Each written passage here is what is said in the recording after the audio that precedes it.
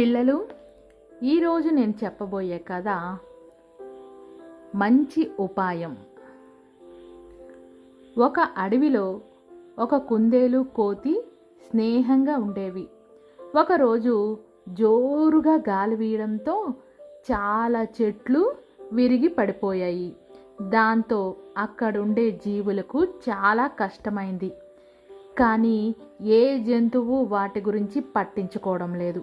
అప్పుడు కుందేలు కోతి ఏం చేద్దామా అని ఆలోచించసాగాయి. వెంటనే వెళ్ళి ఏనుగుల్ని కలిసి విషయం చెప్పాయి. కానీ మేమే ఎందుకు చెయ్యాలి? చెట్లను తీయడానికి అవి ముందుకు రాలేదు. అప్పుడు కోతి కుందేలు ఒక ఉపాయం ఆలోచించాయి.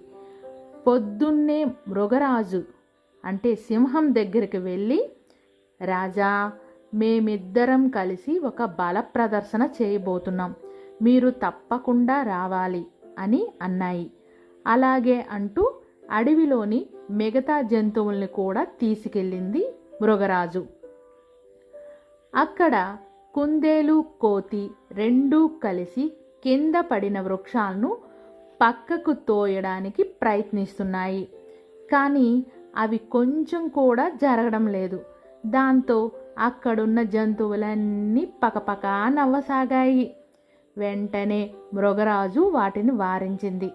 రాజా, ఈ పని మేము చెయ్యలేకపోతున్నాం కదా, వేరే జంతువులు ఏవైనా చెయ్యగలవేమో అడగండి అంది కోతి. అప్పుడు ఒక ఏనుగు ముందుకొచ్చి, మృగరాజా, నేను నా మిత్రులు కలిసి వాటిని పక్కకు జరుపుతాం అంది. అన్నట్లుగానే అడ్డుగా ఉన్న చెట్టు